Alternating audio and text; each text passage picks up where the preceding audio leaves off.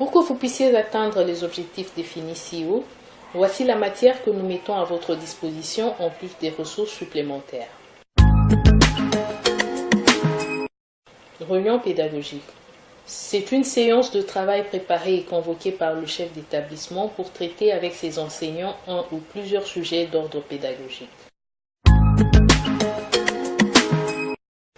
Visite de classe. Observation des situations d'enseignement-apprentissage dans les salles de classe. Contrôle des documents pédagogiques. Contrôle des documents des élèves. Contrôle du fonctionnement de la cellule de base. Visite d'encadrement.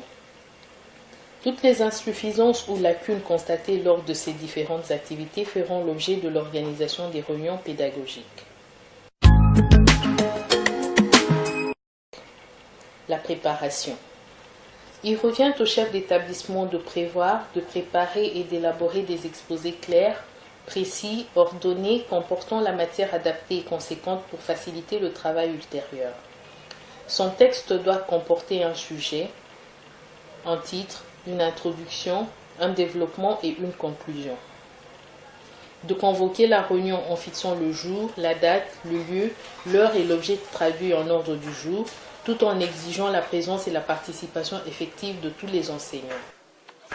De prévoir les dispositions spatiales favorables telles que la table ronde, le triangle, en U, en rectangle, en carré, situations qui rendent la communication facile. D'estimer la durée. Elle varie selon la densité de la matière à traiter fixée par l'ordre du jour.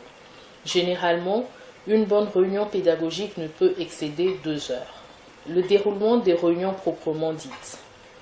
Au cours de ces réunions, le chef d'établissement usera du tact, de ses aptitudes intellectuelles, de son savoir-être et de son savoir-faire, affichera une attitude active, enthousiaste, persuasive, encourageante, pleine d'initiative et de créativité, pondérée, patiente et calme, évitera les perturbations et les pressions extérieures, relèvera tous les points positifs pour terminer par les points à améliorer, reformulera chaque question pour être sûr que l'on a compris, la fera entendre à tous, obtiendra le plein accord du questionneur et y répondra au fur et à mesure, désignera un secrétaire compétent qui rendra note et préparera la conclusion.